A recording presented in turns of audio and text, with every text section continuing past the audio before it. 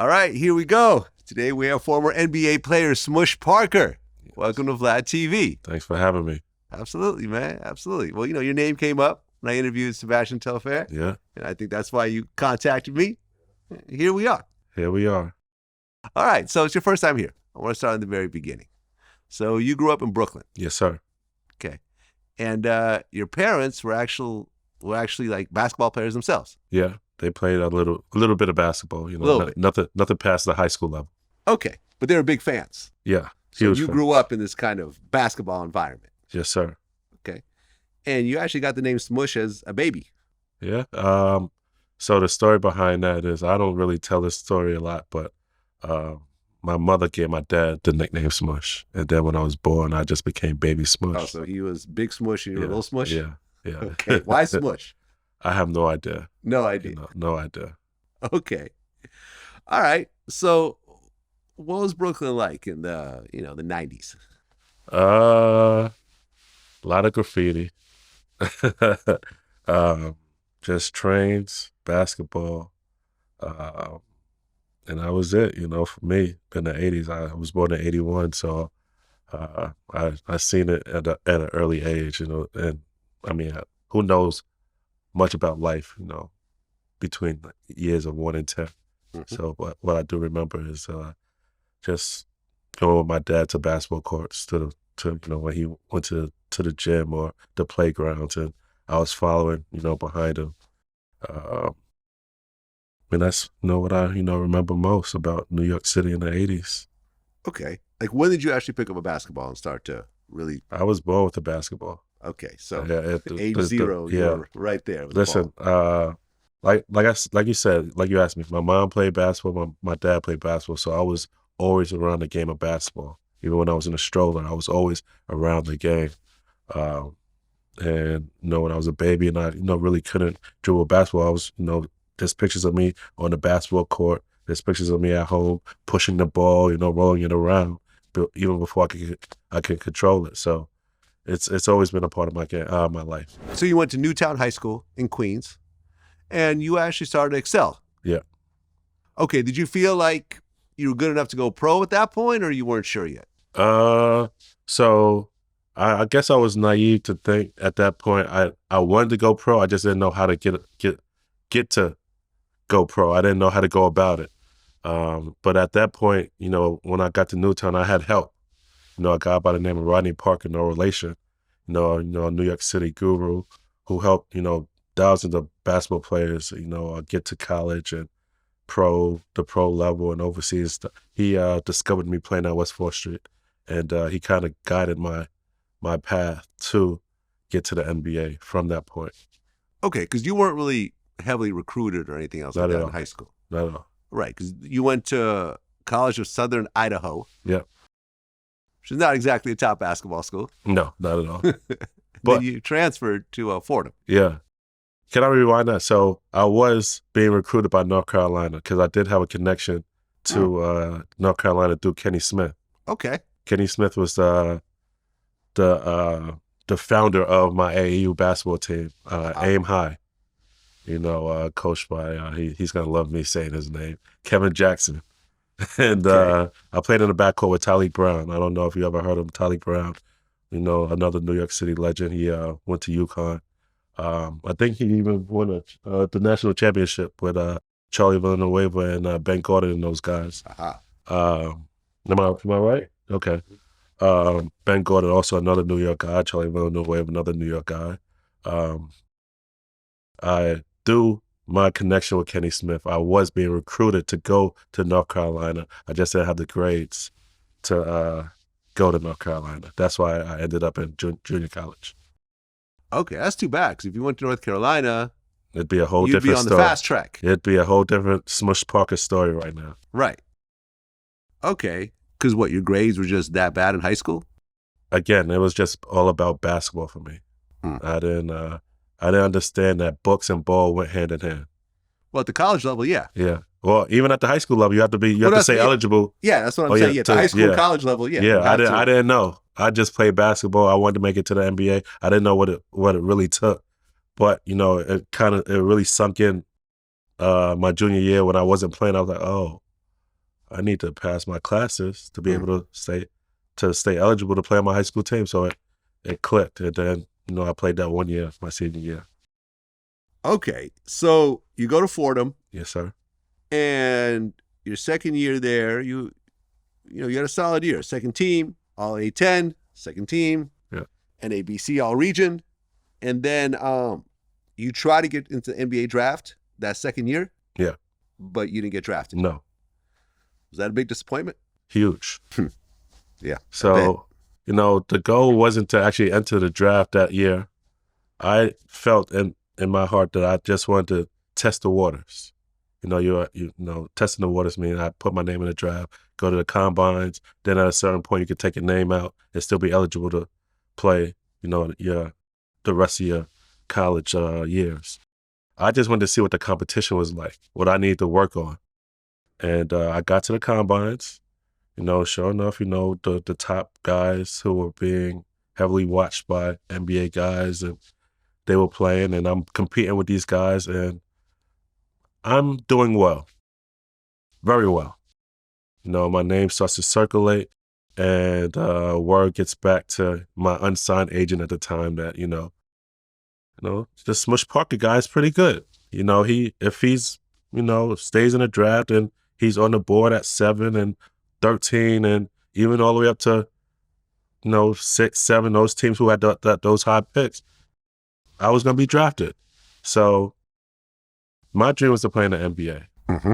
I knew I wasn't a scholar. I knew I was using school to get to the NBA. So when I heard those words, I'm like, you know what? I'm staying in the draft. Okay, so you didn't get drafted, but then the Cleveland Cavaliers picked you up? Yeah. So I didn't get drafted, but I play with the Orlando Magic in NBA Summer League. So I play with the Orlando Magic in Orlando. I play with the Orlando Magic in Boston Summer League. And then I travel out west and I go play, I believe, with the Toronto Raptors in Utah. I played in 3 summer leagues that summer. And the Cleveland Cavaliers, however my agent worked that out, got wind that, or they saw that I was pretty good, so they called me in and invited me to vet camp. They invited me to vet camp. I'm playing against, the vets and working out and competing, and I earned a spot on the Cleveland Cavaliers that season. Okay, so did you actually play for the Cavs that season? I did. Aha. Started for the Cavs that season. You started for the Cavs? Yes, as an unsigned free agent. Okay, and who was on the Cavs that year? Okay, you want me? Okay. Here we go. So Carlos Boozer? Yeah, Darius Miles, Ricky Davis, yep. Tyrone Hill, Bimbo Coles, Milt Palacio, DeJuan Wagner was the number 3 pick. I said that already. Mm-hmm. Carlos Boozer was their second. Who else? Jermaine Jones. It was a young cast of guys. Youngest in the NBA, youngest team in the NBA, put it that way. Okay, and because LeBron joins the next year. Yes, sir. So this is before the LeBron era. Yes, pre-LeBron. Pre-LeBron. How did they do that year? Who? The Cavs, when you were on there. I plead the fifth. Yeah, I mean, a LeBron-less Cavs don't always do their thing. There was word going around that, Cleveland was trying to tank that season to get the first pick. Oh, to get the first pick next season, yeah. Whatever. We were a young team, and I know the guys on the team that I was playing with, we were competing every night to win basketball games. Okay. Was it frustrating? Finally joined the NBA, but you're not on a good team? No. I wasn't even thinking about being on a good team, on a bad team. I was more more focused on actually trying to establish myself in the NBA. Right. I actually looked it up. They were 29 and 53. Damn. I said I plead the fifth, man. Yeah. So they lost twice as many games as they won. Yeah. Yeah. Well, but at least you're playing for the NBA. Yeah, exactly. Okay. So after that, you ended up joining the Greek League? Yeah. So they wiped house. They cleaned everybody out from Cleveland. They only kept a handful of guys. Because LeBron's coming. Yeah. They got to build a team around him. They changed the arena name. They changed the seats. They mopped the floors. They did everything. They swept. They did everything. They changed everything about that arena for LeBron. I ended up at the vet camp in Atlanta. Didn't get picked up in Atlanta. Played maybe, I want to say 4 games in the NBDL at the time, also known as the G League. And I was like, you know what? I'm gonna go overseas. I'm gonna take my talents to Greece. Mm-hmm. I went out to Greece, won a championship, won the Greek Cup in Greece, and then I came back the following year and tried my hand at the NBA again. Okay, so you came back to the U.S. Yes, sir. And then you joined the Pistons? Yes. Yeah. Coached by Larry Brown. Mm-hmm. Good guy. Tough coach for me to play for. But the cast, the crew on that team, man, Chauncey Billups, Rip Hamilton, Tayshaun Prince, Ben Wallace, Rasheed Wallace, Darvin Ham, Lindsey Hunter, Derek Coleman. Man, it was a team full of vets, savvy vets that had a wealth of information, and they shared it, and they were a good group of guys, good core group of guys. Right. I mean, the bad boys. Yeah, and it was tough. It was tough to get playing time.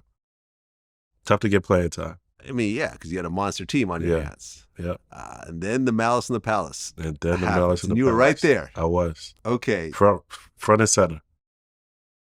Did you know this was about to happen? I mean, did you feel it in the air? What was about to pop off? We were just talking about this last night. Am I allowed to talk about this, man? Am I allowed to talk about it? Go ahead. I think he said it. Am I allowed? Can I talk about this? Listen, I think it's all right. So we all know Ron Artest. Yep, I know Ron. We know, the history behind, just how he played. Very physical, very passionate, very aggressive. Mm-hmm. He's a strong dude. I remember playing against him when I was in high school. He played for Riverside, and he was that size in the NBA in high school. He developed super fast, and we got smacked by about 90 that year, playing against him in Riverside. But you lost by 90? Yeah, no, it was ugly. It was That's ugly. crazy. Yeah. Oh man, that must have been a long bus ride home after that. Huh? So I say that to say, can I ass whoopings? Can I say ass? Yeah. Ass whoopings happen to everybody. It's about how you come back from those ass whoopings that develop you as a player. So fast forward back to Indiana Pacers. We all know. I don't know what happened between Ben Wallace and Ron Artest previously. I just know that Ben Wallace came into the locker room before the game and was like, you know what? I'm not dealing with his shit tonight. Oh, talking about Ron. Yeah. Okay. I'm not dealing with his shit tonight. I'm not having it. And I don't know what transpired throughout the rest of the whole game. I just know that the incident happened, and boom, it lit a flame that was already there, and it blew up quickly. Yeah, I mean, I remember when Ron basically got on that table, and then the fans started throwing drinks at him. Yeah, Ron just snapped, and then he ran into the stands. Yep. And then everyone else joined in, and a lot of fans got their ass kicked that day. Yeah, yeah. I mean, the fans, not the players. The fans. The fans. No, listen, I had a front row seat. I was there. I mean, you can watch the video. I was there. The safest place in that arena, outside of just being on the outside, if you was on the court, was at half court. Because there was so much going on. I mean, did you feel like, this is my team, I need to join in, or no? No. I had no job security. You're the low man on the totem pole. My contract wasn't guaranteed. I wasn't trying to get fined, suspended. Could have been no nonsense. I was just thinking, listen, I just got in the game. I am trying to hoop. Guys, just settle this some other time. Let's just play basketball. Well, it was over. I mean, there was no chance of playing basketball once. Yeah. I mean, because this is the most violent basketball incident of all time. During NBA history. In NBA history. Well, is it the most violent? I've seen some of them old black and white clips of in the color era. Okay, all right. In the color TV I've seen era. some bros back then that will rival the Malice in the Palace. I mean, once the dust settled, Okay. how did your teammates feel about you not joining in? Was there any Oh sort yeah, of no, that it was so chaotic that no one knew who didn't join in. It was just every man for themselves at that point.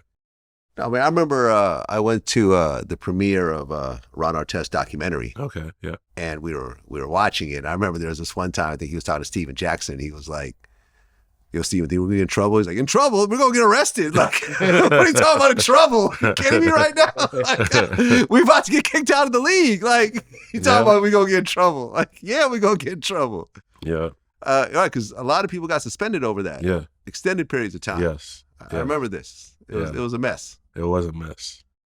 Okay, did you talk to Ron after this? Did you guys have a relationship at all? No, not to that extent where we talk about the malice in the palace. I've seen him, in passing New York City basketball tournaments here and there, but we don't talk about the negative stuff. We talk about the positive stuff, Okay. The years, the league, that kind of stuff. Yeah, I mean, listen, I remember I met Ron. I mean, I interviewed him after he retired, but I met him while he was still playing. And I remember his shoulders were like the widest shoulders I've ever seen on a human. Mm-hmm. Like literally. Mm-hmm. You know what I'm saying? Like I've just never seen a human built like that before. So I can just imagine getting into a fist fight with this dude. Like, listen, as a fan, it sounds insane. I wouldn't run up on him. No, not at all. But people were doing it. Ron Artest is super strong, and to give you, I have a history with his family. I play with his younger brother on the same team, Daniel Artest, and he's stronger than Ron Artest. Okay, man, their whole family is like just naturally strong and gifted. Okay, so then you went from the Pistons to the Suns. Yeah. Was that the same season? Yeah, same season. Okay, so you just got traded midseason? No, I didn't get traded. I got released before the trade deadline. Before the guaranteed contract, for the rest of the year. I guess what's that, January 15th? That's right. They released me. I went down to the G League. I think it was still called the NBDL at the time, and played a few games there. Played well. I have the NBDL's, 2 first triple doubles, and I got called up to the Phoenix Suns twice that year. Okay, and what was it like playing for the Phoenix Suns as opposed to Detroit? It was different. Everybody in Phoenix was friendlier, even down to the staff. It was just more. It was more of a light kind of atmosphere.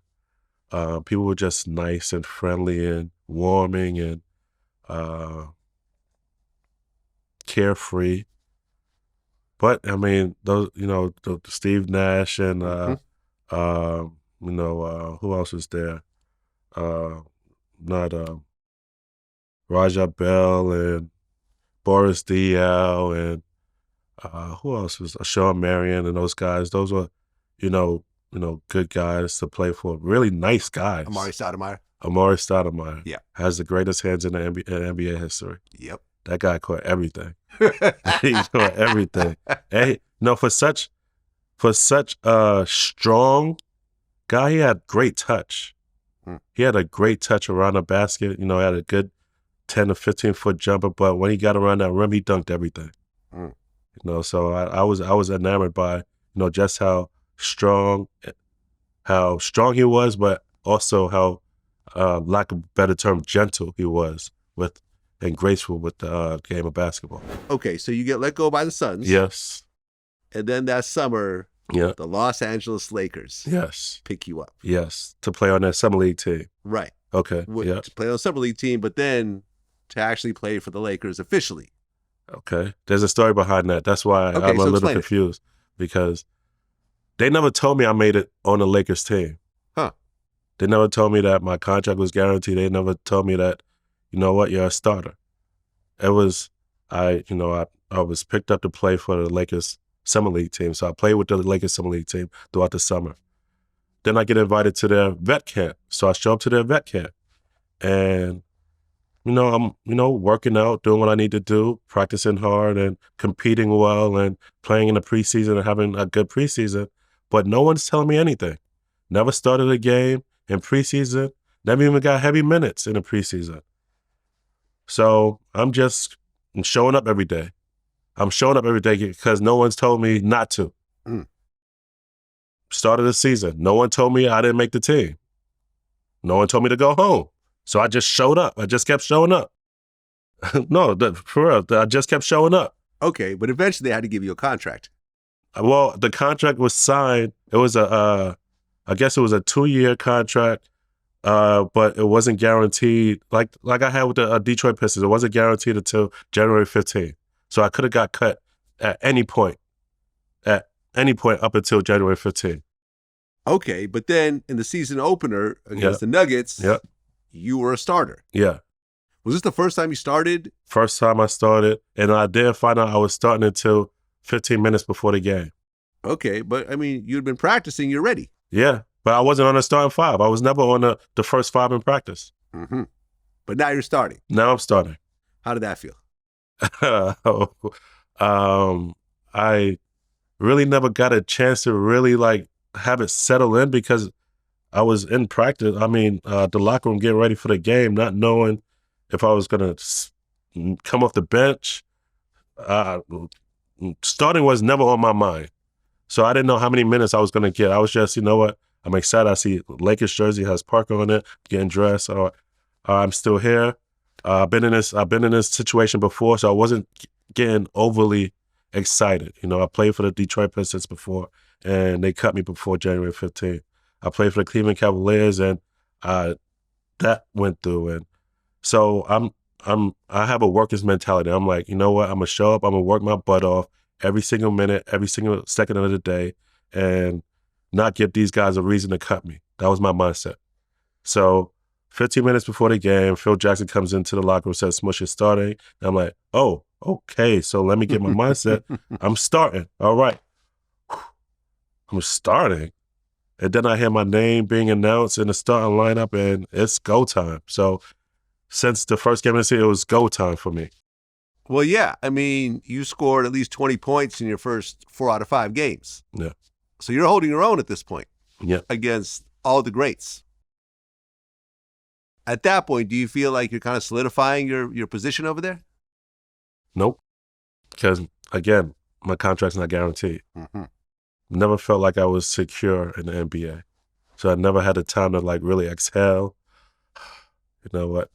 I'm here. Let me, figure things out. No, I was like, what's the next job? What's the next job? What's the next thing I need to do? Mm-hmm. I was always like that.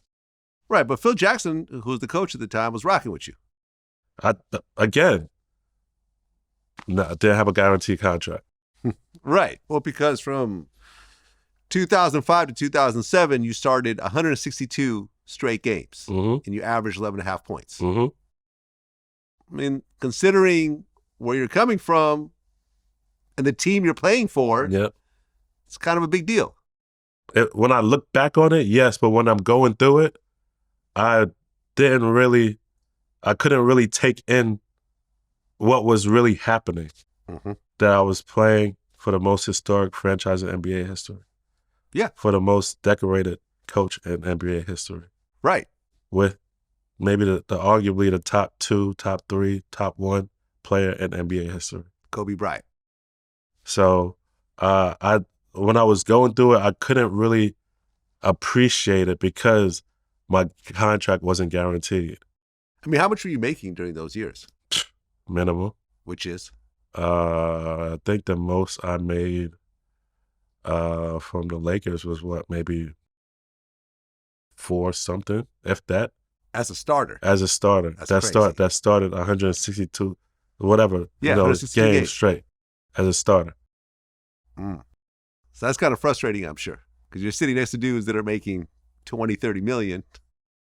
No, they sign other guys, to come in and sit the bench for millions of dollars. Exactly. While you're actually on the court busting your ass. But see, I wasn't counting anybody else's, pennies. I was there to work, and I enjoy playing basketball. I love the game of basketball. This was my dream, and I was actually, again, I wasn't able to really enjoy what was going on, but I was in the NBA, and my dream was unfolding. Well, yeah, I mean, Lamar Odom mm-hmm. is on the team. Kwame Brown's on the team. Mm-hmm. Brian Cook. Luke Walton. Yep. Luke Walton. Yep. Jim Jackson. Yep. Aaron McKee. Aaron McKay. Sasha McKee, sorry. Vujicic. Yep. I mean, what that first year? What was the? What did the Lakers do in 2005? 34 wins, 48 losses. Mm-hmm.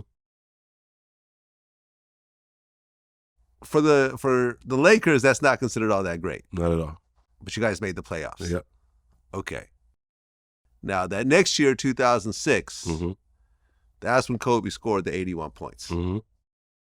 How was that game? Because you were the second leading scorer. You got 13 points. Yeah.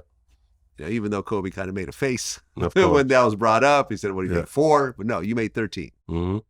How was that game though? Being in that game and actually starting in that game like that. It was when I watched that game, I can't stomach watching that game because of all the shots I missed. Mm.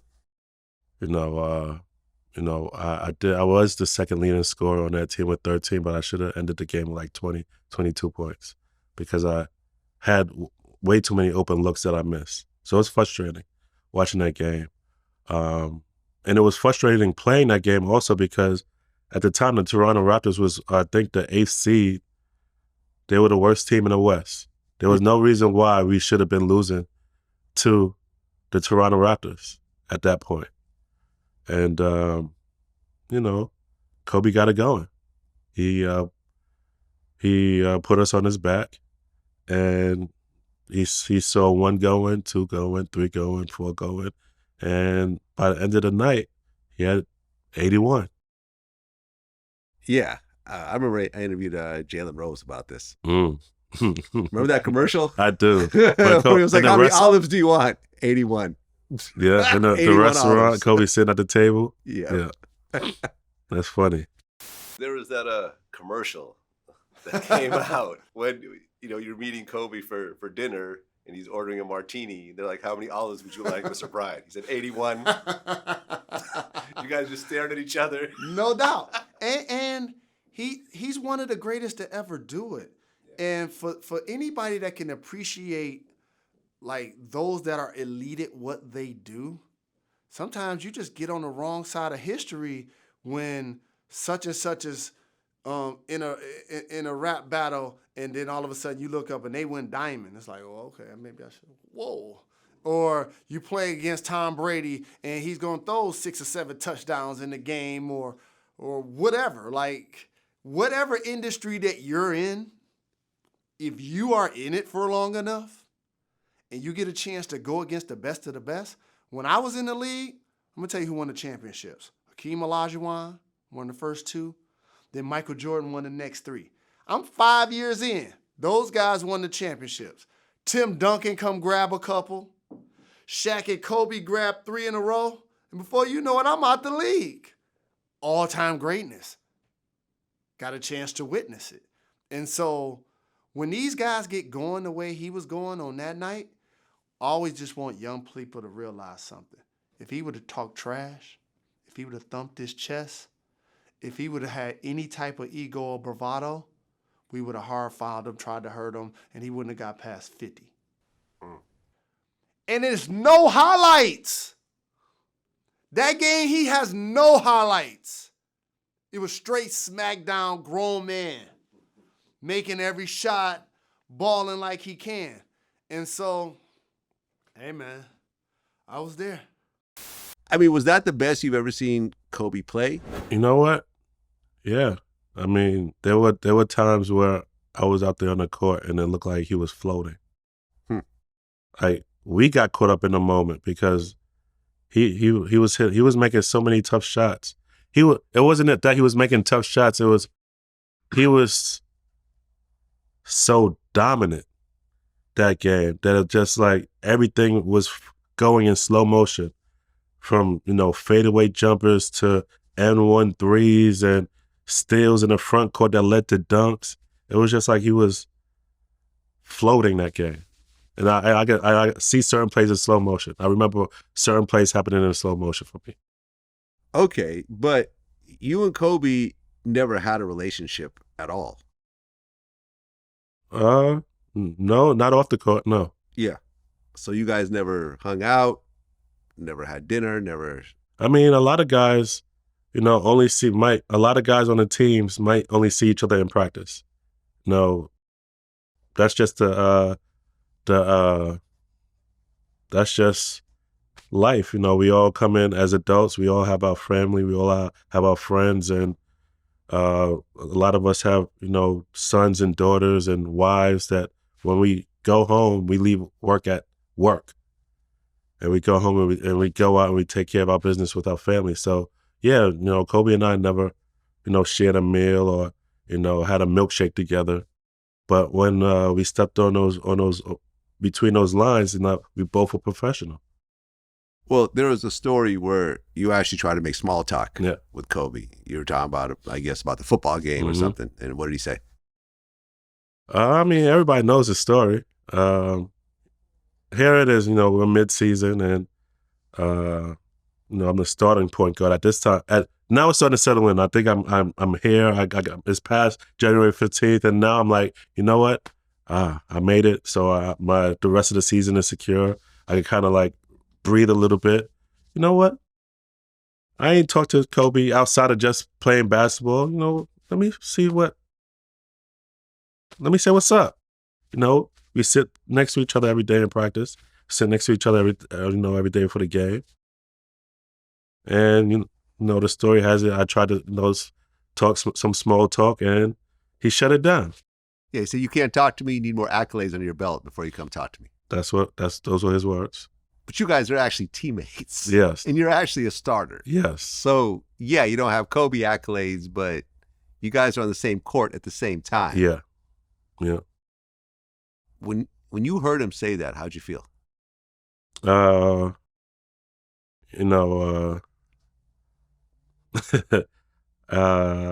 felt small, felt a little disrespected.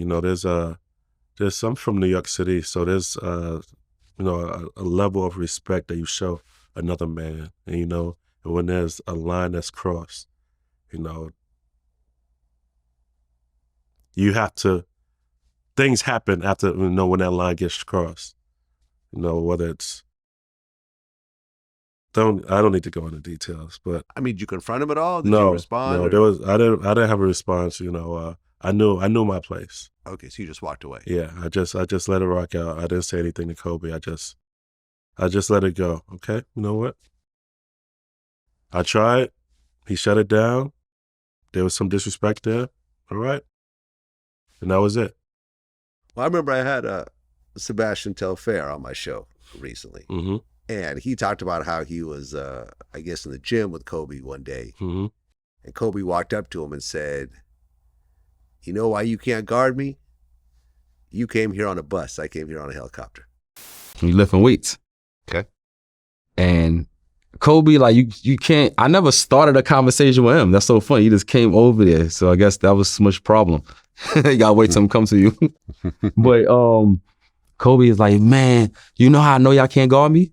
So I'm like, "How you know we can't guard you?" He said, "When the ball come in and it come hit my hand, I know y'all got here on a bus."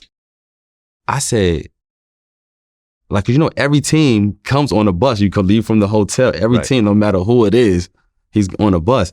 He said, "I got here on a helicopter." I just got off a helicopter. You got off a bus.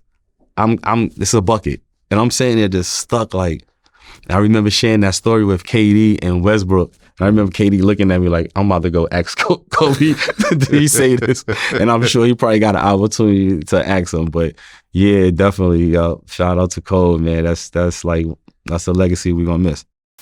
That's what he said to him. That's what he said to him. True story. Notwithstanding what ultimately happened to him, but it was, people like to deify certain people, especially when they pass young. Yeah. But Kobe was not a nice guy to everybody. He was not generous and pleasant and everything else like that. He would do, like the situation with you, the situation with Sebastian, like he would do things where, he would get under people's skin in a way. Yeah. And you said that Kobe wanted you to fall in line and you never really fell in line. I said that? I did? Yep. Okay. I don't think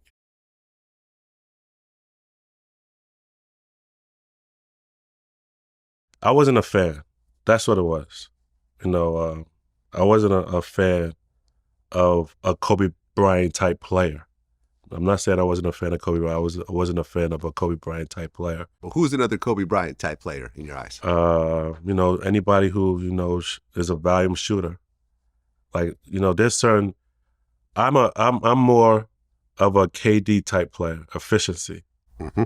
I'm more of if you're gonna shoot to make it, not shoot because I'm open or I have the power to shoot, so I'm gonna shoot every time I get it.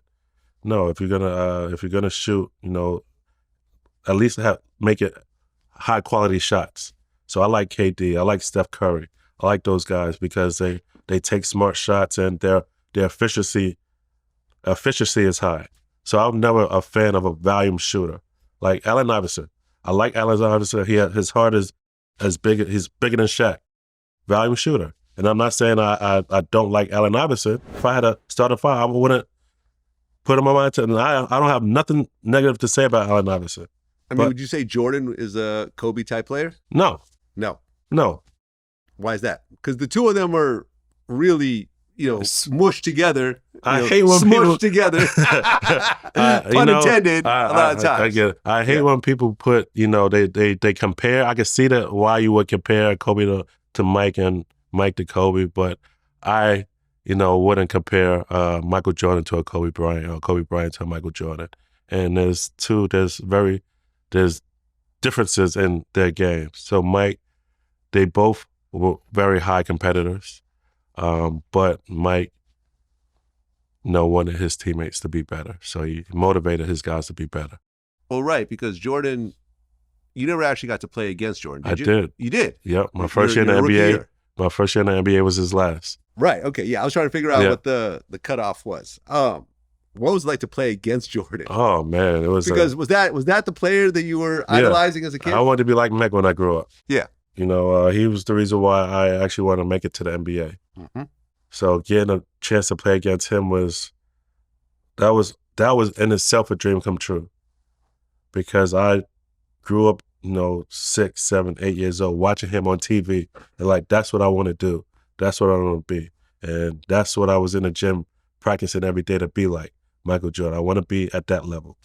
I was in the gym every day, so to be able to actually not only play against him, but not only to beat him, but to meet him, but to play against him in an NBA game. And this was Jordan with the Wizards. Yeah. Right. Did you ever hear the story between the little confrontation between Jordan and Kobe? Gilbert Arenas told me the story. No. So what happened was when Kobe always wanted to be better than Jordan. Oh yeah, I didn't know that. Yeah, that's why he went straight from high school into the league because he wanted to play against Jordan so people wouldn't say, "Oh, well, you're good, but you never played against Jordan." Yeah. Right? Okay. Then, his number, Yeah. He based it off Jordan's number, and so forth. And during this game, when the two of them played against each other, at the end of the game, Jordan smacked him in the ass and said, "You can wear my shoes, but you can't fill them." Yeah, I heard that. And he said for the next 2 weeks, Kobe did not talk to anybody. He would go to practice and ignore all his teammates and just got into this rage. Mm-hmm. And he said that when he played him the next time, Kobe just went ballistic, just scored tons of points on him. It was just went crazy. Okay. But it was the anger over Jordan trying to kind of little man him, basically. Yeah. So according to you, when Jordan played Kobe, Jordan won. And then at the end of the game, I guess Kobe was wearing some Jordan 8s. Uh-huh. And, Jordan smacked him on the butt and said, "You can wear the shoes, but you'll never fill them." Yeah. And then what happened next? Okay. What happened next? So what happened next is, so I guess during that time after Kobe didn't say anything to anybody. So for 2 weeks, they said Kobe was just mute. didn't talk to his players, didn't talk to his teammates. He said he was in like focus mode. Like it was straight, like practice was just so intense, right? So the players was like, yo, is he mad at us? Like, did we do something to him? Mm-hmm. And then it was like, Phil was like, no. Jordan told him when we played him, you can wear the shoes, but you can never fill them. And it was like, oh shit, when did we play them again? And it was like, yeah, we played them in a few days. Oh yeah, so I'm not even gonna stretch for that game because young fella's not passing us the ball. And that's the game Kobe had like 55 points. After that whole exchange with you and Kobe, they were saying that you intentionally ignored Kobe in terms of passing him the ball. Is that true or not? Not true. Okay, but you've heard this before. Yeah, you know what was said was it was taken out of context. So what was said was, beginning of the season, Phil Jackson, addresses the team in the many meetings that we had. It was like, listen, Kobe's going to get his shots. We don't need to force him the ball because that's where a lot of our turnovers come from. And he kept reiterating this throughout the season. Listen, if Kobe's not open on 1, 2, the defenses are geared to stop Kobe from getting the ball. Stop trying to force him the ball. That's where our turnovers come from. So if he's not open initially on a 1-2 look, we go the other way and he'll rotate and we'll get him a pass someplace else. Mm-hmm. So I'm following coach's orders. Kobe, okay, no, you're being denied. You're not open. I'm going this way. And I might have been the only player that did that stopped forcing Kobe the ball. So that's what I would say. I said I stopped passing Kobe the ball. It should have been I stopped forcing passes to Kobe because he wasn't open on the 1, 2. Okay, now I'm going this way. Do you think Kobe took that a certain type of way? Of course he did. Okay, so he felt like you were purposely not giving you the ball. Of course. Even though Phil Jackson was telling you to do what you were actually doing. But it is what it is at that point. Mm-hmm. After you left the team, you did an interview. Yeah. And this was in 2007. I'm just going to hop ahead a little bit. And when they asked what it was like to play with Kobe in the Lakers, you said that playing with Kobe was overrated. I did. And that kind of set off an interesting chain of events. Yes. So explain what you meant by overrated. So just to, a lot of people get their lines and they don't know their history or why, things are being said or Kobe kept saying this about me. So I started this snowball effect of, this chain of Kobe saying negative things about me. And I took ownership for it and I apologized for it.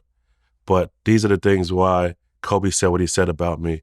In 2007, like you said, I did a podcast and I said, among other things about playing for the Lakers, playing for Phil Jackson, I said playing with Kobe Bryant was an overrated experience. And I gave them my personal facts, things that actually happened to me. Facts, not opinion, not, feelings, facts. No, the man didn't talk to me. He didn't talk to me. Overrated. Like, this is one of the greatest players of all time. And of course, if I'm in his presence, I would like to learn from him. I would like to be a pupil of some point. I would like for him to take me in under his wing and guide me a little bit. That never happened. So I said it was an overrated experience. Well, I think was it that same interview that you said that you've never seen an organization cater to a player like the Lakers cater to Kobe? Did I say that? I think so, yeah. I said that in that interview? I don't know if it was that interview. It might have been a different interview. No, I mean, it definitely sounds like my thoughts, but I don't remember saying that out loud. Are you a mind reader? I'm not a mind reader, but you said that. I was going through all your old interviews. Okay. And I picked that out of the interview. And I said what again? You said that you've never seen an organization cater to a player like the Lakers cater to Kobe. Huh. I mean, is that true or false? Doesn't sound like you're denying it.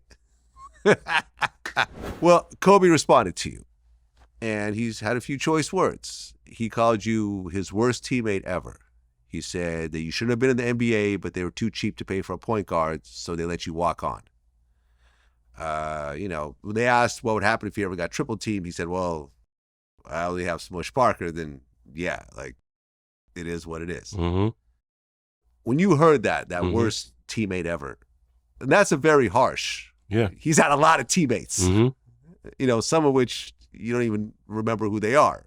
So to hear him say that, what'd you think?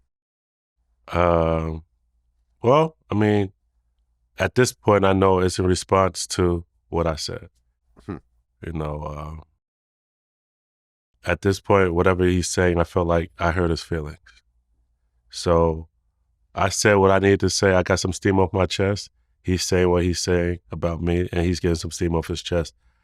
The words that he said didn't like really hurt me, and I just knew it was consequences of my actions. You responded. You said, you can't knock the man's legacy. You can't knock what he's done in basketball. His work ethic is tremendous. There's not an ounce of hate in my blood whatsoever. This guy could play basketball. You've seen that throughout his career. What I don't like about him is the man that he is, his personality, how he treats people. I don't like that side of Kobe Bryant. Those were my words. And, I mean, look, my one and only exchange with Kobe was before he passed. We had done an article, because I have a news site as well, Okay. VladTV.com, and we'd done an article about how he was coaching his daughter's, little girl team. Yeah. And he posted this, it was an Instagram post about how they lost and how they weren't playing very well and they're all like depressed looking and everything. And we did a post about that and he like responded back to me. He was like, no, that's not what I meant. And then he blocked me. Oh, wow. So I am currently blocked by Kobe Bryant right now. Man. But if I go from my Twitter page to his, so it's whatever. Yeah. But he was bashing little girls, like his will to win. Yeah, is, I was is about that to say serious. his desire to win, the fight in him was second to none. Yeah, and that was his. That was what was great about Kobe Bryant, and that's what made him great. Was that desire to always win. Yeah, I remember I interviewed Joe Smith. And he played with Kobe, with LeBron, with KD.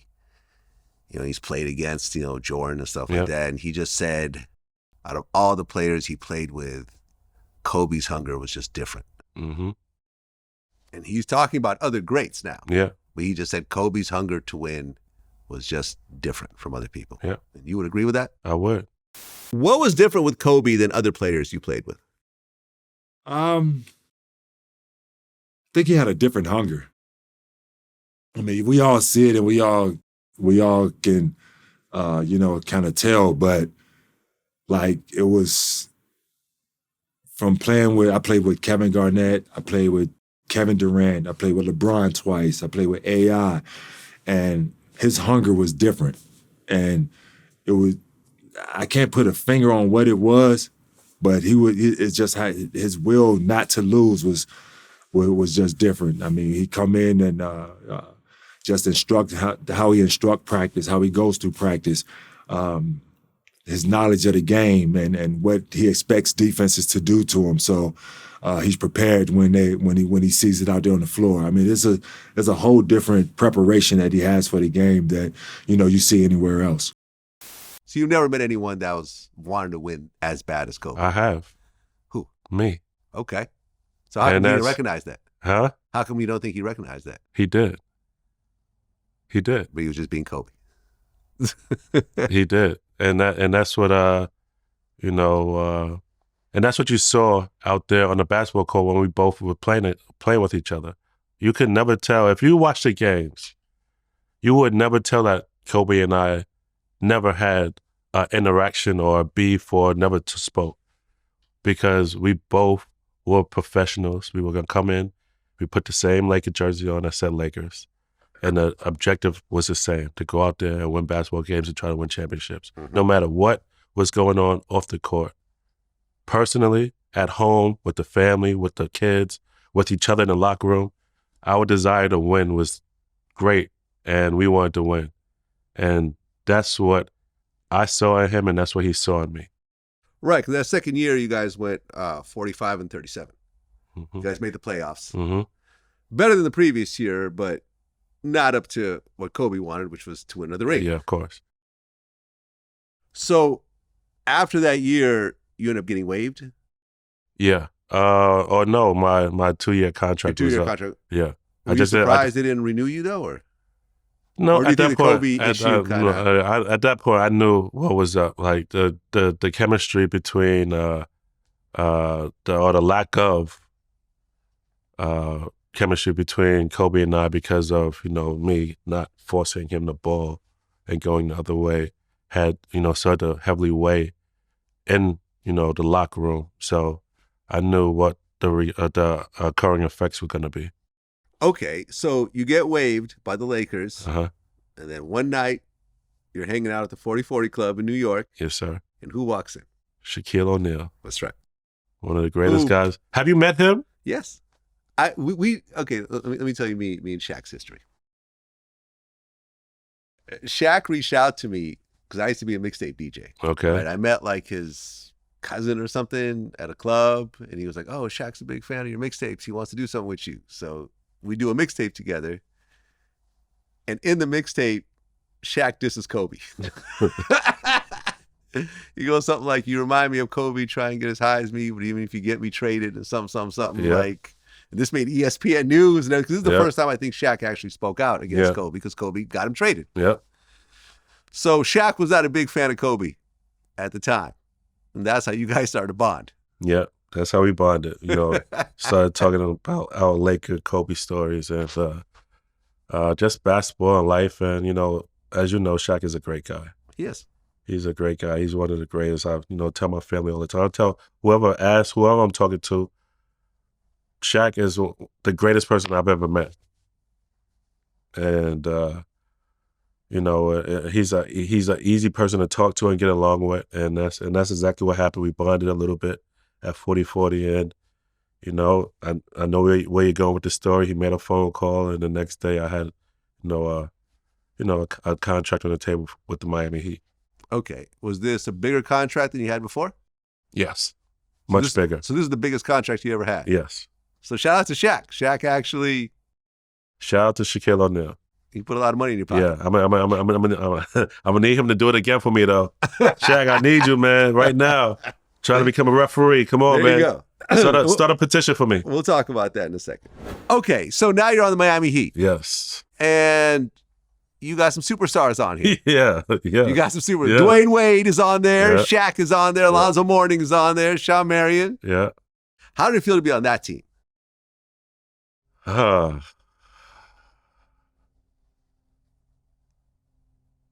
Man, there's I'm in a situation where I can't really enjoy that situation either. Because you don't have a guaranteed contract there either. I do. It's guaranteed. For a year? Or? 2 years. I had a 2-year guarantee with the Miami Heat. Okay. And you know what? I don't think I've ever gone on air by saying this. And can I? Let it fly, man. Come on. Can I? All right. Can I? All right. So just I've never gone on air by saying that I signed with the Miami Heat, but that summer I broke a bone in my foot. Wait, that what? That summer, free agency, I fractured a bone in my foot. As you're coming onto the team, Yeah. So before I even signed a contract, you had a fractured foot. I had a fractured foot. But- So I went in to do the physical on a fractured foot, but I told him it was a high sprained ankle. Aha. So you I- weren't really being truthful. No, Okay. I couldn't be truthful Or in else that you wouldn't situation. have got on the team. Yeah, no.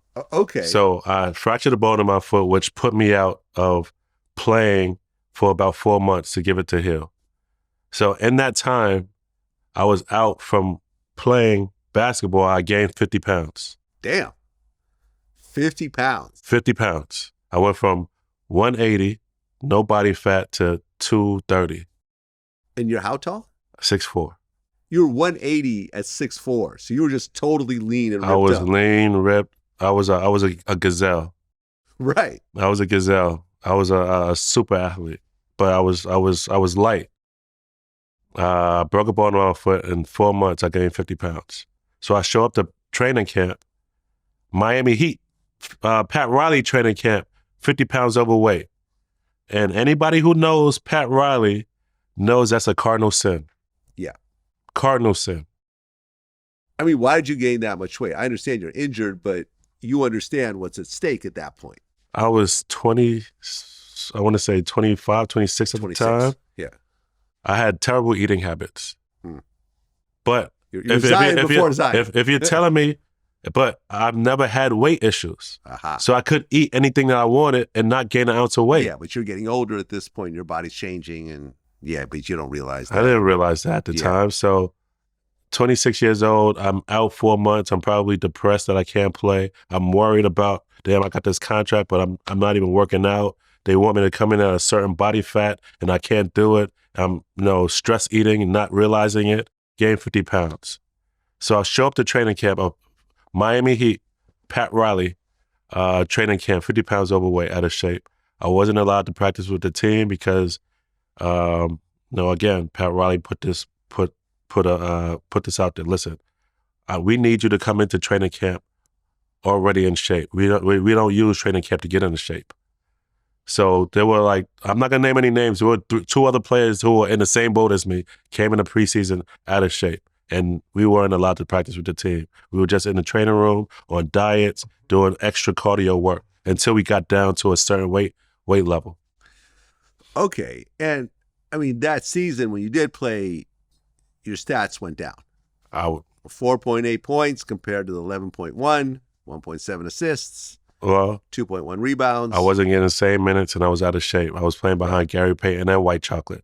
You forgot to name those superstars when Gary Payton and White Chocolate were the point guards, the 1-2 combination, and I was the third string. Right. Shout out to Gary Payton. I've interviewed him. Did Gary give you a hard time? Because Gary's trash talking is on a different level. Yeah, no, he didn't give me a hard time per se. He just trash talks. That's just who he is. Right. Okay. And then something happens with a parking lot attendant. Yeah. What happened? Very unfortunate incident that happened. Certain things in life that happen outside of your control, and it changes the course of your life.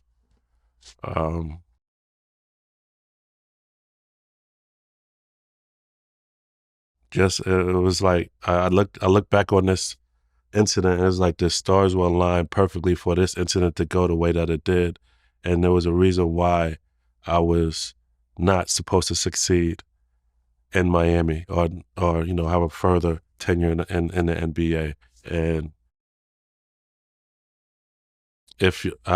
we all know the story. Like, I paid this attendant, parking attendant, to keep my car in front of the building, valet.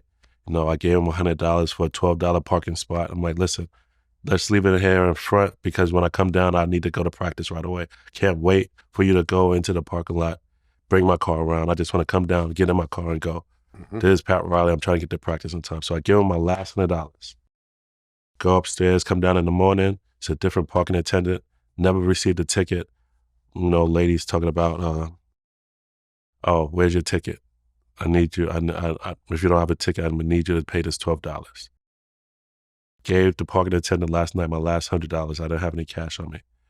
So it wasn't that I didn't have $12. I just didn't have the cash on me. Everybody, put in the comments, it was just $12. Yeah. If I had the $12, I would have gave it. But I was, at this time, I'm already in a doghouse. I'm out of, overweight. I'm not, in the good graces with Pat Riley. So I was just like, I'm just trying to get the practice. I paid the guy last night. That's why the car is here. There's no reason why the car would be here if I didn't pay for it. That's what I was pleading my case. Lady was adamant about me paying the $12. So I run to the ATM that's 2 blocks away to get the $12. But in doing so, 26-year-old me kicked over the podium of keys because I was upset. Kicked it over, got the $12, came back. Now, come back with the $12. She said, now I need to give $100 for the podium. So, at this point, it's just the situation's gotten out of hand, and now she personally confiscates my key and she's holding it in her hand. And all of this is in a police report. There was a police report that was taken that day. This is the words that came out of her mouth. I grabbed her hand. That's what was in the police report, and that's all I did. I grabbed her hand, and when she snatched back, I let go. And she said, I'm calling the cops. I said, you know what? You call the cops, I'm going to call Miami Heat security. That's what happened. That's what's in the police report. So she called the police. You called Miami Heat security. I did. And then what happens next? Whatever happened that day, I forget what happened. I go home, whatever. But you don't get arrested or anything, right? No, I don't get arrested. Okay, what does Miami Heat security do? The scenario, how it played out that day, I don't know how it exactly played out, but like I said, I went home or practice. I went to practice. Mm-hmm. The lady went on about her business, whatever. But the very next day, she was in an arm sling and a neck brace. And a neck brace? And a neck brace, talking about I choked her and I grabbed her and I dragged her through the parking lot. Oh, she pulled a Nizel. My neck and my back. That's what she was in the arm sling and a neck brace. Right? I'm suing for $100 million. I said a lot of court for $20. Yeah. Yeah. But the guy came to the arena and practice was like, the sheriff, we need to speak to Smush Parker. Okay, so she comes in with this fake neck brace and a fake arm sling. Yeah. And what, the sheriff comes in? And... I guess that's what happened. For me, I guess I blocked it out. Yeah. And these guys said they're here for a reason. They were with me every step of the way. Definitely end up going to practice. So okay, so when the sheriff shows up, does he arrest you or? No, he doesn't arrest. I don't go out in cuffs. They just say we need to talk to you for a second, or I'll fill you in on what's going on. And so you go down to the sheriff's office. And cooperate. I cooperate, and come to find out, she's saying that I choked her, and I dragged her through the parking lot garage. Is there cameras or anything of this sort? Of course there are. So they go through the camera footage? No, they don't. They don't go through the camera footage? No, they don't. The camera, the footage miraculously disappears. I hired a private investigator to get those documents, and they could not find them. Okay, so now it's just her word against yours. And she's a woman, and you're this big, tall guy, so you look like the bad guy. And the Miami Heat ends up waiving you. Yep. Like I said, the stars were aligned somehow perfectly so that these incidents happen. And you know what? And I don't believe in any coincidence. Everything is a part of God's plan. And I believe that. And it was a part of God's plan for me not to have that platform in Miami, but to have this platform here to, share my story, and hopefully that, this story will reach whoever it needs to reach to, so that they don't make the same mistakes. At that point, you get dropped by the Heat, but you had another season on your contract, so they had to pay you out. They bought me out. $2.5 million. Yeah. So, it's not the ideal situation, but $2.5 million is still $2.5 million. You end up playing 9 times for the Heat. 9 games. Yep. Okay, so then the Clippers picked you up. Yep. But then they dropped you? No, so they picked me up for the rest of the season, but they didn't make the playoffs. Okay, got it. Yeah. Got it. They gave me an opportunity to see, if I was out of shape at that point. The investigation took, 8 months, I think, or 6 months. It went from September or November all the way to March. And by this time, I had not been practicing with the Miami Heat. I was coming off a broken foot, so I was already out of shape. So when I ended up in LA, I wasn't in no way, shape, or form Smush Parker, the Gazelle. And, that was the last of my, I was at that point of jumping through all the hula hoops that I had to get to the NBA and stay there. I was done, and I decided to travel the world to play overseas. Well, didn't you also sign to the Denver Nuggets? I think I tried out for their. I think I got invited to a vet camp or whatever. I do remember playing for them for a little bit. Yeah. I think it was a preseason. I'm not sure. Right. It was a preseason, but that didn't work out either. And Right. So those games for the Clippers were your final games yeah, in the NBA. yeah. But you didn't realize it at the time. Or did you? Probably not. Not at the time, no. Not at the time, no. But the fire and the passion to play at that level was starting to dim. Okay. And then you really started playing all over the world. Yes, sir. So you played for China, for the Yes. Guangdong Southern Tigers, Tigers. yep. You played in Russia Yeah. for the Spartak St. Petersburg. Yes. When you hear about what happened with Brittany Griner Mm. in Russia Yeah. and how so many WNBA players, as well as former NBA players, go Yeah. over there to just try to make ends meet. Yeah. And then with her, the worst possible situation ends up happening. Mm-hmm. As someone who used to play in Russia, were you surprised? No. That's how they do it over there? Something like that can happen at any point to any American basketball player, athlete who's out there just by themselves. Mm. I felt, there were times where I felt unsafe. How so? Being in a country where the native tongue isn't English and no one speaks it. True. Being I'm in Russian, so. okay. I was born in Ukraine, but at the time it was the USSR. So Okay, nice. Okay. I'm very familiar with the whole Russian. But Russian system. again, I like you named Greece. You know what I mean? You named China. Yeah, you played named China Greece. and You went Russia. back to Greece again. But I played in Greece. I played in Venezuela. I played in Dominican Republic. I played in Mongolia. Played in Lebanon. And in Lebanon, the true story. Lebanon. I'm playing in a town where half the city is blown to pieces. My hotel room had bullet holes in the wall. Damn.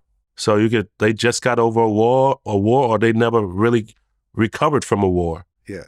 So this is what I was walking past every day, seeing half like buildings being blown up. I played in Mongolia. In Tunisia, we had a curfew because there was a war going on in a town right next to mine. We had an 8 o'clock curfew. There was bombs going off. So, I mean, there were times where I felt like, I might not make it home. Yeah. But playing in these foreign countries, you were like Kobe Bryant over there. Yeah. You were the superstar. Mm-hmm. And Brittany Griner, she was like essentially the most famous. She was the Michael Jordan of Russia at the time. Mm-hmm. She was super popular. So players that do reasonably well in the U.S., when they go overseas, they're superstars. Yeah. You saw Stephon Marbury.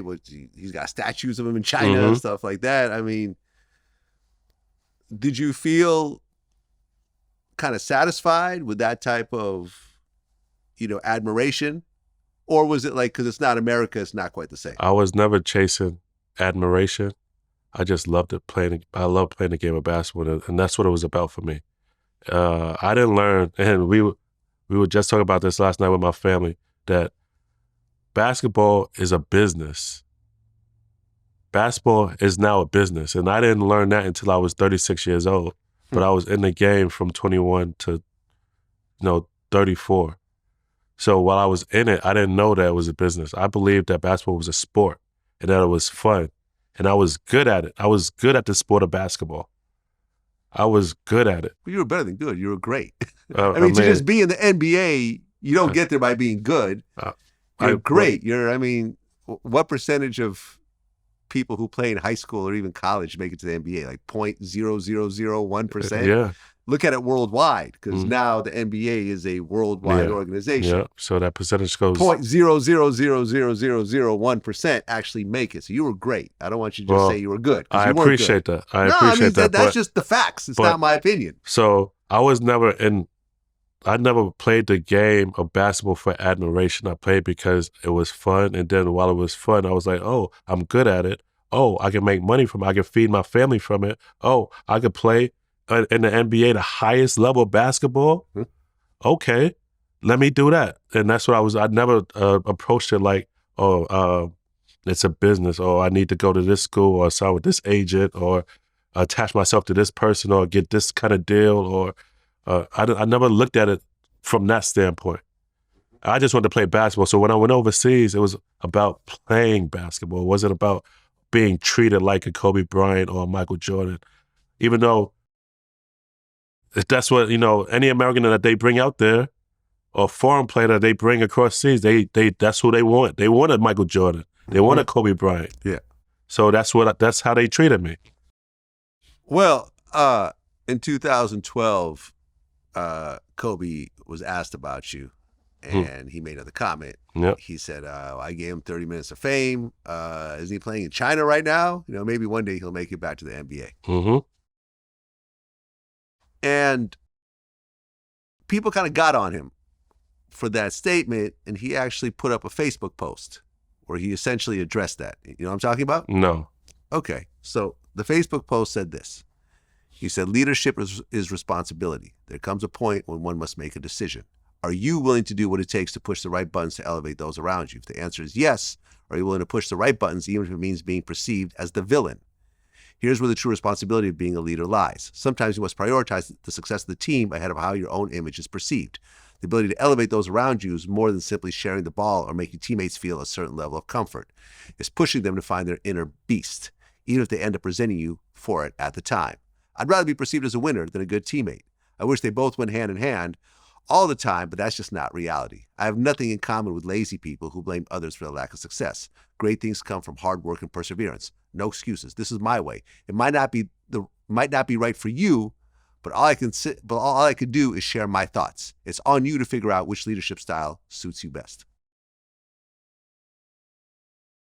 It's a great quote.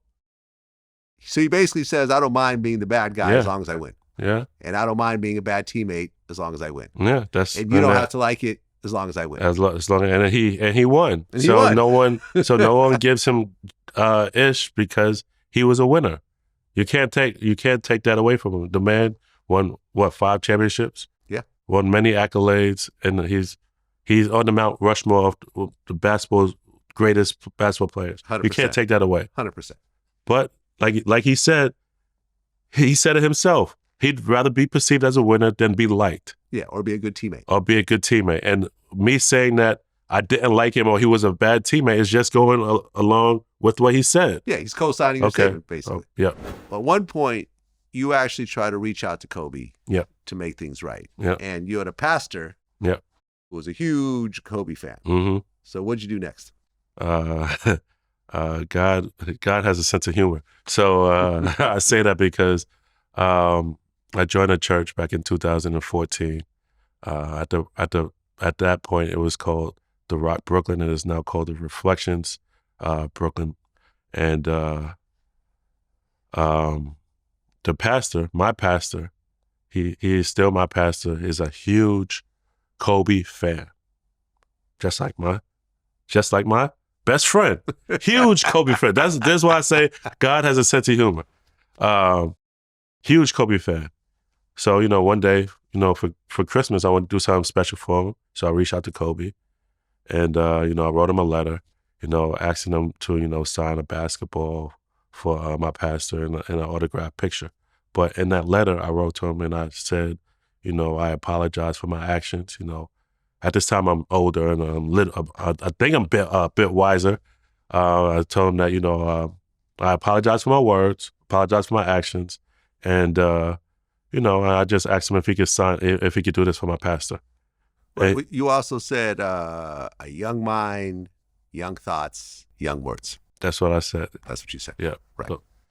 And, I never heard back from him, but he did sign the basketball and he did sign the picture. So I was able to present that to my pastor for Christmas. Right. He could have just ignored it. Yeah, he could have. So he responded and he just sent you a package with those things in it? Yeah. Yeah. He didn't have to do that at all. He did. At all. He could have taken that letter and thrown it in his fireplace and got in his helicopter. And, you're right. You know what I mean? Yeah, you're absolutely right. Yeah. He didn't owe you anything. You guys haven't been in contact. Not at all. On any level.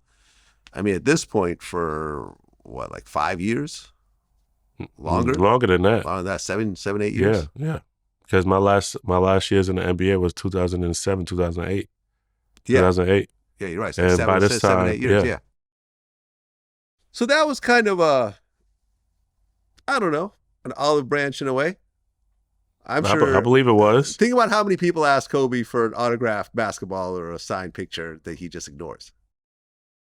I'm sure he sure it's a gets. lot. Yeah, it's a lot. Sure, Yeah. especially if Yeah. it's not right then and there. Yeah, the fact exactly. that he has to actually go and get a ball, sign it, go and get a picture, sign it. I think I sent him the basketball. Oh, you picture. sent it to him. Yeah. Okay, well, the fact that he has to Yeah, sign it, yeah, put yeah, it back in a yeah. box, Mhm. mail it back, Mm-hmm. all for someone that he doesn't even talk to. Yeah. No, You have to kind of hand it to him. No, for I that. appreciate the gesture. No, Yeah. I really felt that was genuine. Like he was, that was our piece right there. That's how I felt. I didn't need the letter. I didn't need his words. But his actions were, he signed a basketball, he signed a picture. I'm like, oh, Yeah. thank you. I was able to do something special for my pastor. I'm sure Thank your pastor you, Kobe. loved it. Yeah. It's still Sure in his he still has office. it somewhere, It's still in you his know? office now. There you go. Well, and like you said, that year you played for Iran, you played for Venezuela, you played for the Dominican Republic. Mm-hmm. You went back to Greece again. In 2014, you got into a fight with a high school player. It wasn't a fight. What happened? It was an incident. Okay.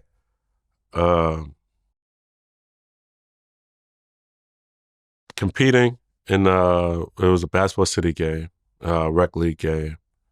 The situation had it where first play of the game, they run a down screen for me. I come off, shoot a three, bang. Come down, second play of the game, we run the same play. Same thing happened, same outcome. Bang. Third time down, we run the exact same play. When I go up to shoot, he smacks me in the face on the shot. Okay, and that, we go down, the ball goes out of bounds. I just go to him, I'm like, listen, I'm just here to compete. I'm not trying to get hurt. Please don't smack me in the face again. That's all I said to him. I didn't say it aggressively. I just said, please, just don't smack me in the face again. The very next play, they inbound the ball, I get a steal. I'm on a fast break by myself. No one in front of me. It's me in the basket. And you know me, you know what I'm about to do.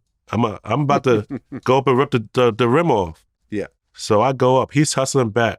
And instead of jumping, if he was going to contest the shot, I understood it. He ran, and while I'm in the air, ran underneath me and bent over and clipped my legs, and I go head first into the ground.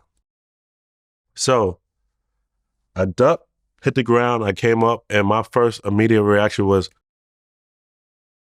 I'm checking myself to make sure I didn't break anything because of the way my feet were literally above my head. And when I finally realized that I'm okay and nothing's hurt, nothing's broken, red came over my eyes. And I saw him, and I hit him. Right. You punched him in the face. Yes. You are 33 at the time? Yeah. And he's what, 17? We don't know. It was a men's league. I didn't know how old he was. It wasn't like I knew I was playing against a high school kid. And it was a men's rec league. Got it. And I saw red, I hit him, and that was it. I didn't fight him, I didn't attack him after that. It was just a reaction to what just happened. And right. Then on the LA Times, Yeah. Smush Parker punches high schooler in the face. Yeah. Yeah. And it was also on the news, and I don't want to get into the speculation, but they were trying to create this whole narrative that, he was busting my ASS and I was upset. So I took frustration out on him just so that he could kind of get recognition to go to college or high school or whatever. Wait, That wasn't the case. Did he go on to play in the NBA or anything else like that? No. Come on. Got it. Come on. Come on. He was just trying to get some points off you. Come basically. on. Got it. Okay. 2015, Kobe retires. Mhm. And you congratulate him Mm-hmm. I did. publicly. Yeah. And at this point, you're playing for Mongolia. Yeah, I'm in Mongolia at the time. So you're just all over the Yeah, world. listen, I was using my 1 year's, I wanted to travel the world.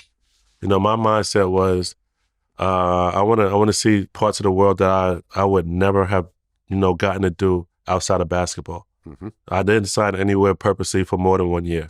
So I could do that. Right, because by 2017, you signed with the Albany Patroons. Yeah, that's when I was done traveling the world and I came back home. Came back. Yeah. And then that was pretty much it. For Yeah. your basketball career after that. Yes. Why'd you decide to completely retire after that? So me signing with the Albany Patroons was strategic. So I knew I was done with traveling the world, but I had been off the scene from American basketball since 2008. So I came back home and I played in what was, I guess, the CBA or whatever it was called, the TBL. It wasn't the CBA. It's the TBL or the whatever. It wasn't the TBL at the time. Now that I think about it, but it's the TBL now. And I wanted to get back. I wanted my name to get back into the basketball, family. Before I decided to, become an NBA, start my journey as a referee. So I played 1 year in Albany to kind of get back to, Smush Parker is playing again. Oh, this is what he's doing. That's when I really took to social media, started using Facebook and, what's Instagram? I don't think Instagram was big back then just yet. Maybe it was. I'm not sure. 2017, yeah. It was It was. Because I still have some Albany Patron pictures still up, yeah. Well, although Kobe did sign the basketball and send the picture. Say that again. Although Kobe signed the picture and sent it back to you, you guys never actually talked. You guys never actually shook hands, apologized to each other and everything else like that. And then in 2020, Kobe and his daughter, along with some other kids and their parents, died in a helicopter crash. I remember it was literally down the street from where I was living in Calabasas. So it was just a very sad day. Like we went out there and we walked as far as we could until the police, lines basically stopped us from going. We were there with all the other, Laker fans and everything, just in disbelief. Just in disbelief. Yeah. In disbelief. I mean, Kobe took a helicopter everywhere. Yeah. He would take a helicopter to work, from Orange County to the Staples Center, back and forth every day. That was just his normal way of transportation. I believe that day he was going to his daughter's training camp, I think, which was in Thousand Oaks. And a bunch of fog. The helicopter didn't see a hill, and the worst possible situation happened. When you heard about the crash, what'd you think? I thought it was a hoax at first. And then when it was validated or verified that it wasn't a hoax, that it was real, when I started to get it from multiple people. I was actually in church that Sunday morning. I was doing security at my church, and it was the end of service, and somebody walked up to me and showed me a text. And they said, the headline said, Kobe dies in a helicopter crash. I was like, come on, stop lying. Then somebody else walked up to me, showed me the same thing. And, something that I thought would never happen because of our history. Like, I literally, like I fell to my knees. Like, I couldn't stand. Like, I got weak in the knees. Like, so, a grown man had to pick me up and walk me to the back because I couldn't walk. Like, it really just took everything out of me. And, me saying it now, somebody would be like, you're lying. But honestly, it affected me in a way that I wouldn't even believe that it did.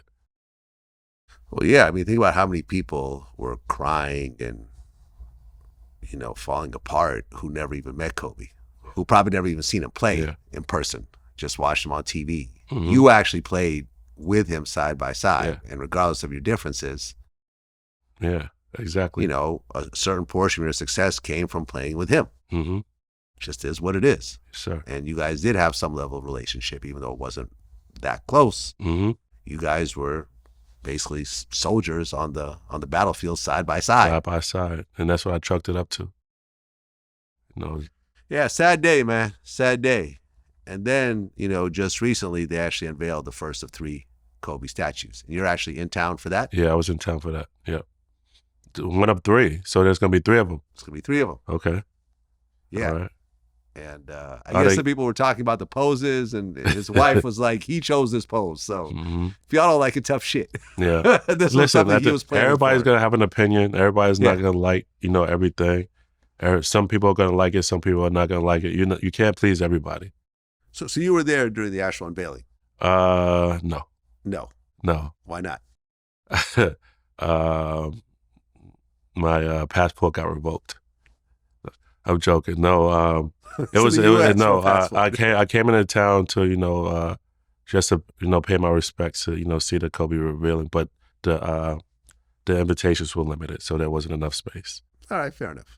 Yeah, I mean, there's been a lot of Lakers, yeah, especially with how long his career has been on that team. There's a lot of people to invite.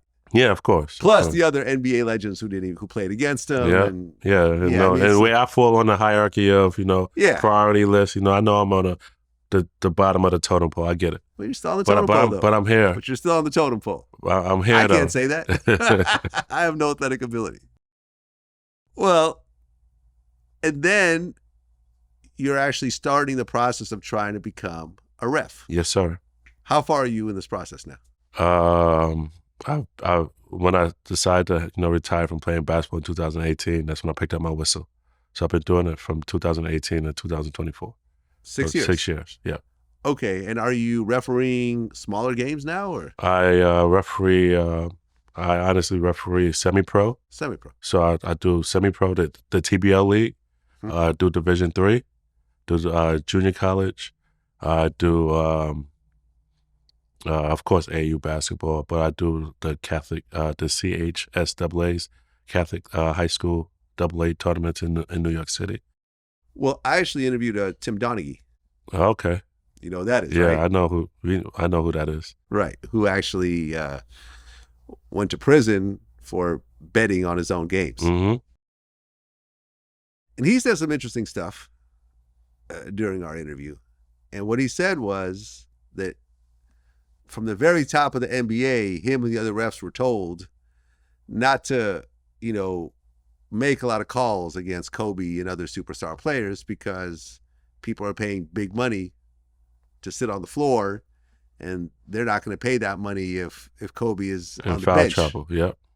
What kind of message would they tell the refs in terms of, make sure you call every foul and make sure that he's always, there to shoot extra points and so forth? How clear was the message coming from the NBA to the refs? It was very clear. I'll never forget when Kobe was in a playoff series with the Phoenix Suns, and I forget who the defender was, but they called him the Kobe Stopper, or he referred to himself as the Kobe Stopper. And they would show us video of games previously of plays that fouls weren't called, of this guy holding him or defending him too strongly, and they wanted freedom of movement because they wanted higher scoring in these games. So they would show you plays and say, this was a foul that was missed, and these three referees missed this play. Make sure you don't let this happen tonight. Make sure you call this when this happens. And that's how they would program and train the officials in the next game to have more freedom of movement and have Kobe Bryant have the ability to score more points and do well. In their mind, they were telling you it's what's good for the game because it's going to open this up. Nobody wants to come to an NBA arena and see a game of 85-80. They want to see a flow of it going up and down the floor, lots of points being scored, and a guy like Kobe Bryant or LeBron James or one of the stars in the NBA, putting in 35 points and flying up and down the floor. From your point of view as a player, did you see that? Of course I did. Explain. And I can speak of it because I got the blunt of some of the calls that Kobe didn't get. So that's what. So they that's just shifted them over to you. They just shifted it over to me. So that's wild. So the foul calls that they couldn't call on Kobe Bryant, if I even breathed wrong, foul, because they had to so they had to make it up somehow. So I got a brunt of those foul calls. Okay. But it just goes back to the NBA being a business. People, fans pay a lot of money to see the superstars play basketball.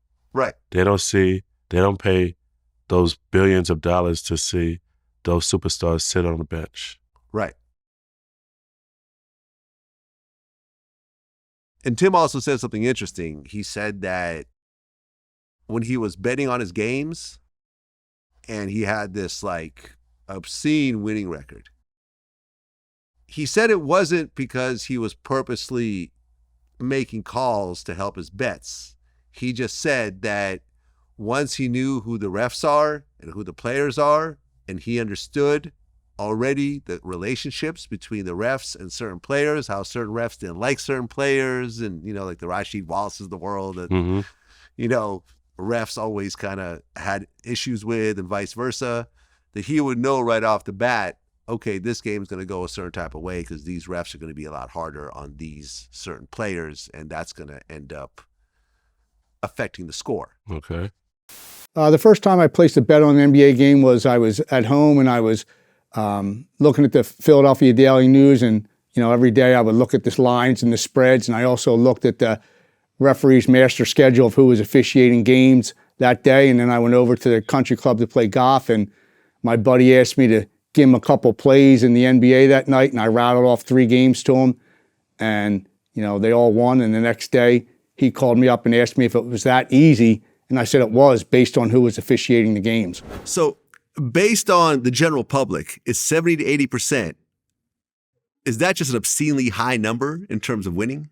Incredibly high. If you can win 57 to 58% of the time, that's considered good in the gambling world. So when we were winning at 70 to 80% of the time, that was an insane amount of percentage to pick games.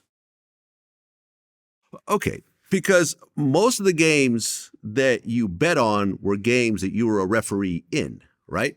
Not in the beginning, they weren't, but it eventually spilled into that when I would be in the lunchroom or locker room or pregame meeting and know that certain things were going to be done in that game that night and certain teams were going to be put at an advantage or a disadvantage. I would spill that information over to the people that I was gambling with and started to bet on games that I officiated.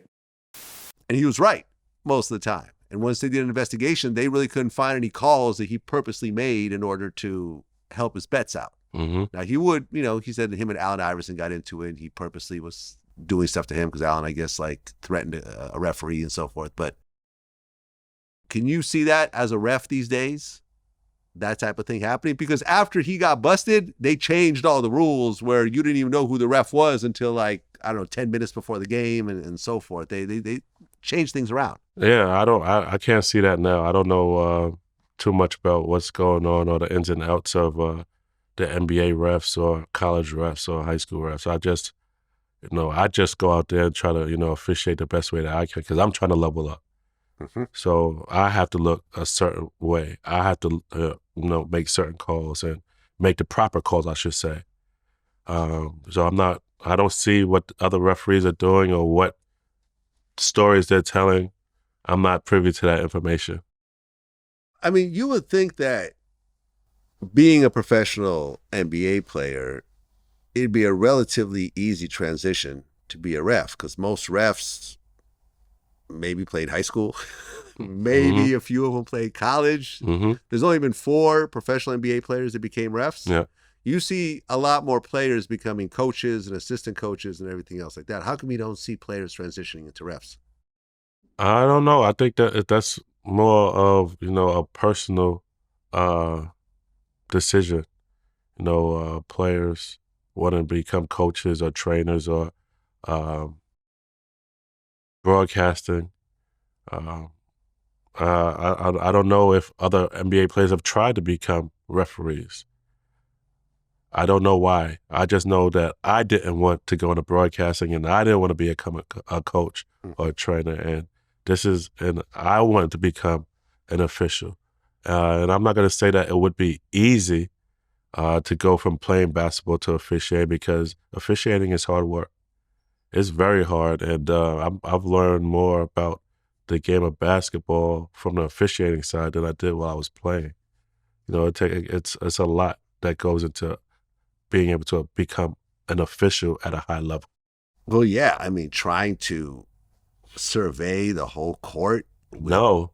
See, that's what that's what a lot of people think. Huh. A referee's job is not to survey the whole court.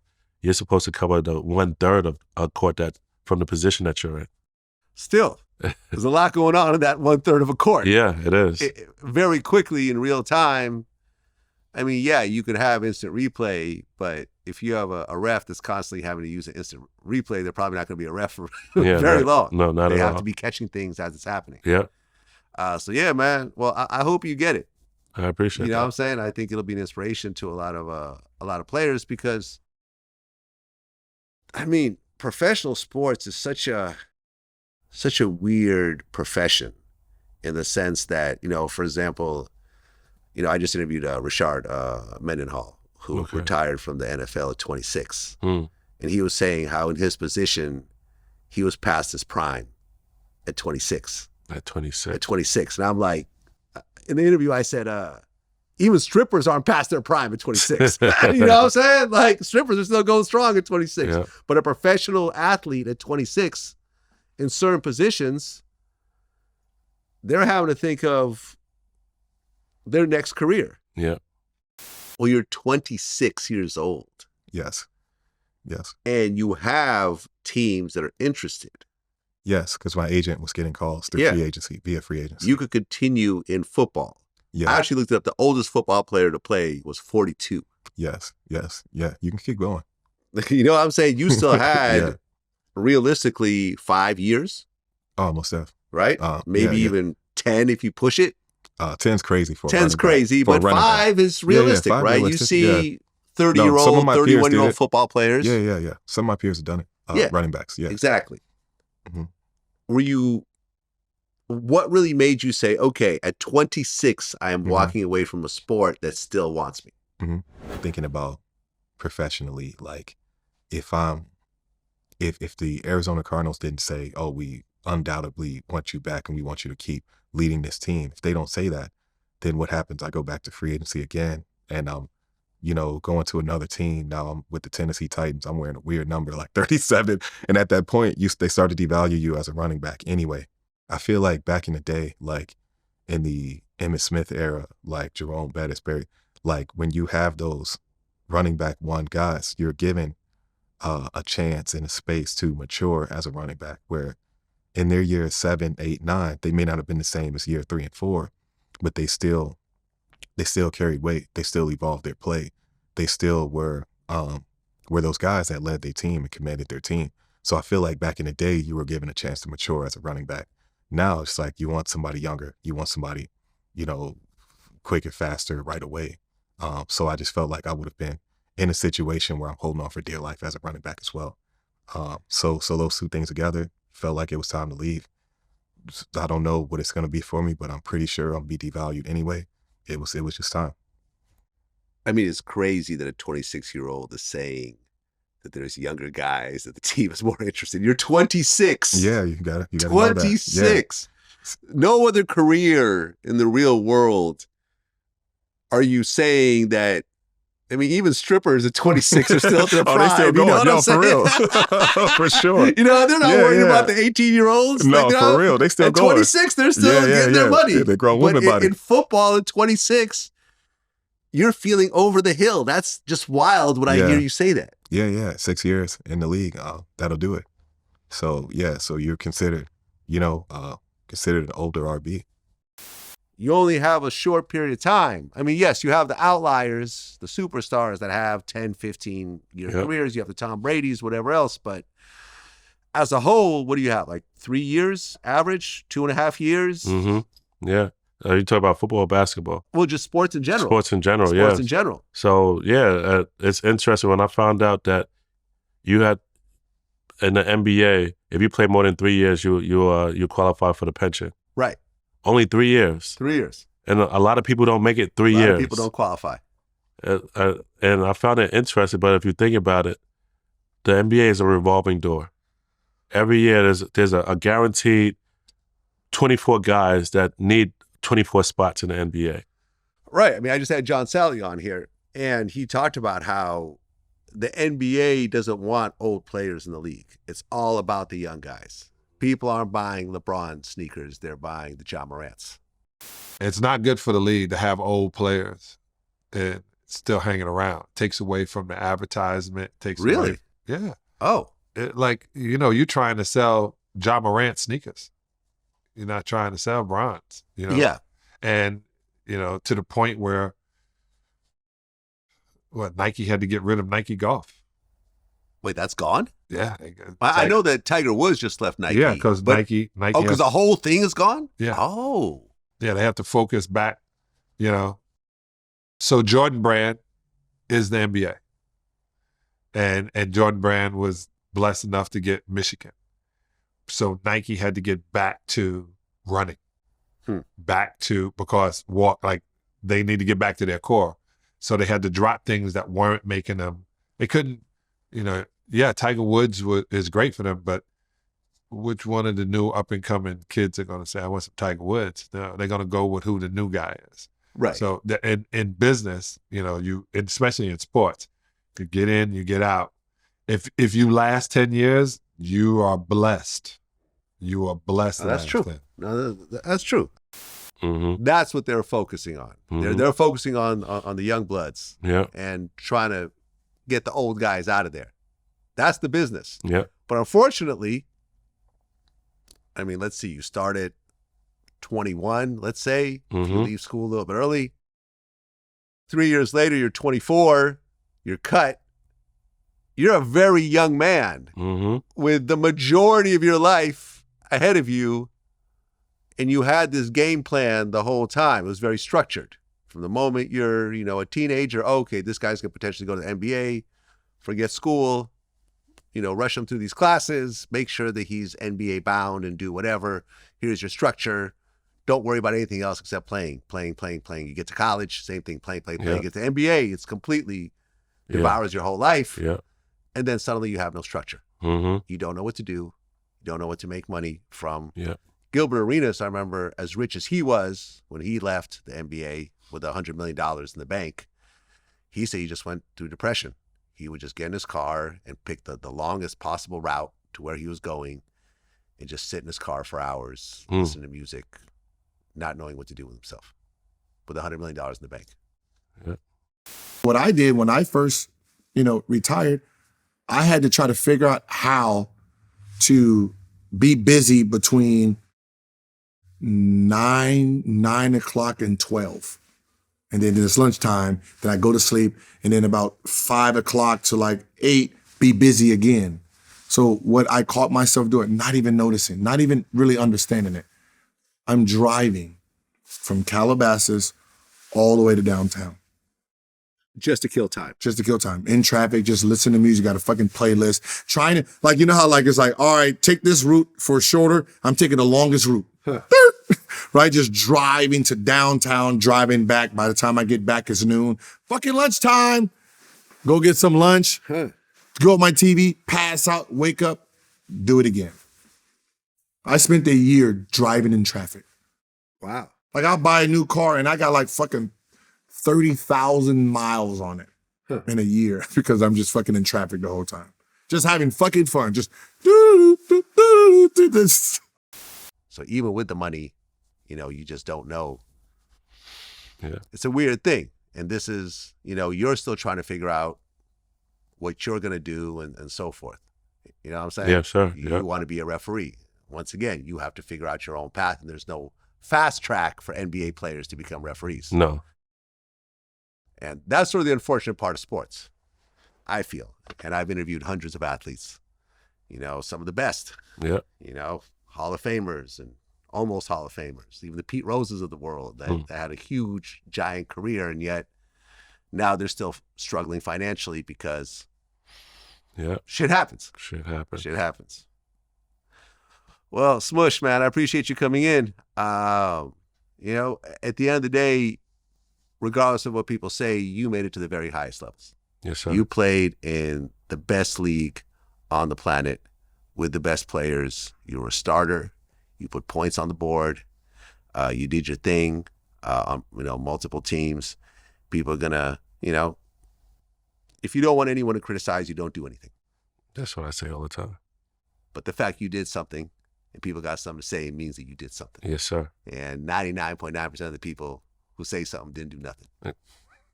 You know what I mean? Yes, sir. And when you, in the interview, you said, well, you were good. And I'm like, no, you're not good. You're great. And don't let anyone else take that away from you. You were great. You know, you weren't the very, very best, you know what I mean? But you were great. And all over the planet, there's kids that wish that they could get to where you were, to play on the kind of teams you played with, the kind of people you played with, man. So I wish you all the best, man. Can't wait to see you, on the court. Thank you. I think with your stripes on. Yes, sir. Calling a foul on somebody. Yeah. Thanks for having me, man. It was a pleasure. And thank you for your kind words. Absolutely, man. Till next time. Yes, sir. Peace.